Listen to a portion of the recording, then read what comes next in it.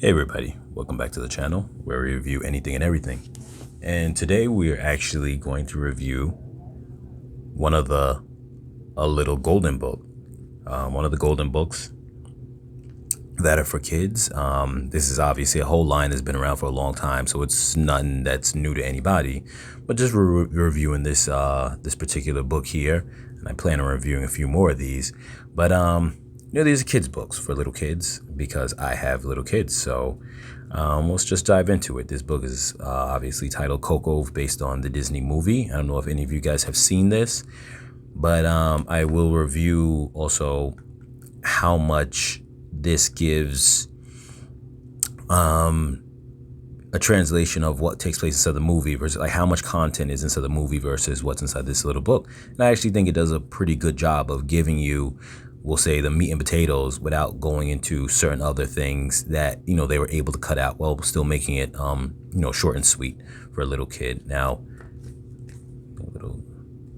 the back of the book, you can see this is why they call it the golden books, is because of this little golden rim. So you can see in terms of the book is mostly picture orientated, which all these lines are. I'm kind of reviewing not so much the story, but just, the layout of the book. And like I mentioned, how it condenses the story. So you see there's only got a small bit of text up here, enough for a little child to read. My kids are 4 and they're able to read this book here.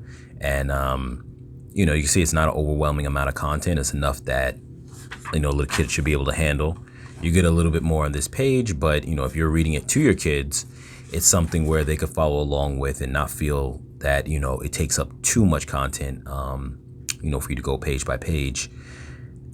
A lot of nice illustrations. And going back to the point of how I was doing this review, as far as the content that it brings related to the movie, it actually flows along with the movie very well, and even throws in kind of like minor translations to certain words that they wouldn't have put into the movie. So for example, right here it says the ofrenda, which is this table here, or altar. Now into the movie they just say ofrenda. Here they kind of give you a minor translation for those who wouldn't know. So that's nice in terms of what they did with that in terms of the book.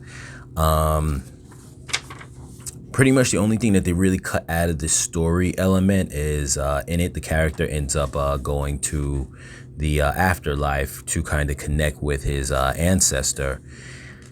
They end up cutting out the aspect that someone who was posing to be his ancestor, that he mistakenly thought the main character thought was his ancestor, actually ends up having a point, which is this guy ends up having a point where after he kind of betrays the main character, he later on gets his the family kind of gets revenge on him. They cut that part out, which really wasn't the basis of things, so it was fine to cut that out. So I understood that the basis was that he ends up finding out this other guy who he was traveling with the entire time was actually his real relative, and he bonds with him and tells his family that they have to remember him. So the part they cut out was a part that wasn't really needed. So I thought that was great, well done. It still conveys the message of the story. And I like this book and I do recommend it. So that's the end of the review, and I'll catch you guys in the next video.